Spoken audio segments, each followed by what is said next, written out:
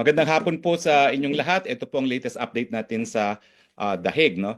Lilinawin ko lang po yung mga lumalabas na report, hindi po magiging abogado ng presidente si VP Sara dahil sa saligang batas natin ay merong pagbabawal sa pag-practice ng propesyon. So ang kanyang karapatan po bumisita ay birang anak, no? So ulitin ko po, hindi siya papasok bilang isang abogado. Pero kanina po, alas 9 hanggang alas 10:30 ay nakapasok po at nakabisita si Executive Secretary Medaldea, former Executive Secretary Medaldea, at importante po na malaman ninyo kung anong lagay ng ating presidente. So ES, kamusta po ang naging ang ating presidente? Magandang hapon po sa inyong lahat. Okay naman siya. He's in very high spirits. Ano lang siya, naiisip niya mga sumusuporta sa kanya. Nagpapasalamat siya sa inyong lahat. Ituloy niyo lang ang dasal.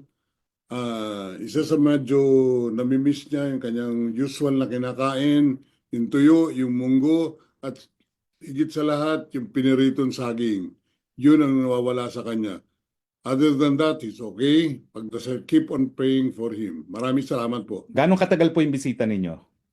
Siguro effectively mga 1 oras lang. Kasi maraming protocol ho pagpasok, pero sumusunod tayo sa proseso nila. Ano naman po itsura ni Presidente Maganda naman ang Duterte? itsura niya. Medyo nakahabol na ng konting tulog. Yun, okay naman. Meron ba po siyang mensahe para sa mga nagmamahal sa kanya dito sa buong mundo? Tinanong ko siya niyan. Sabi niya, mahal na mahal ko kayong lahat.